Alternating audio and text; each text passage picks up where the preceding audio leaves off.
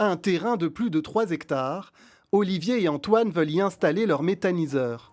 Avec leur associé Gaël, ces deux frères agriculteurs ont réussi à emprunter près d'1 million en 2 semaines grâce à une campagne de financement participatif. Ils espèrent maintenant atteindre les 2 250 000 euros. On a réussi à réunir presque la moitié en moins de 10 jours.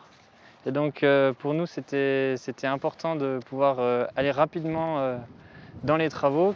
Et donc c'est vrai que la plateforme nous a permis pour l'instant d'arriver presque à cet objectif. La plateforme, c'est Landosphère, un site spécialisé dans le financement citoyen dédié à la transition énergétique. Il permet à tous d'investir directement dans des projets écologiques. Concrètement, les particuliers peuvent prêter la somme de leur choix et financer une idée qui les intéresse. Un placement au taux annuel de plus de 5% et sur une durée de 4 ans.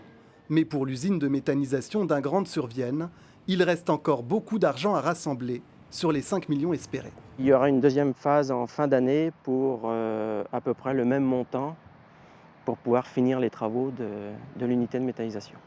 Et ben, le projet il va sortir ici, c'est-à-dire qu'on aura les silos de stockage ici. Des unités de méthanisation, il en existe déjà en Nouvelle-Aquitaine.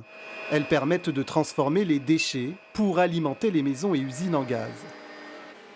Donc dans la trémie, ici, donc qui sera à peu près au milieu du terrain, qui nous permettra d'alimenter le digesteur qui lui produira le gaz qu'on pourra injecter ensuite dans le réseau de gaz de ville.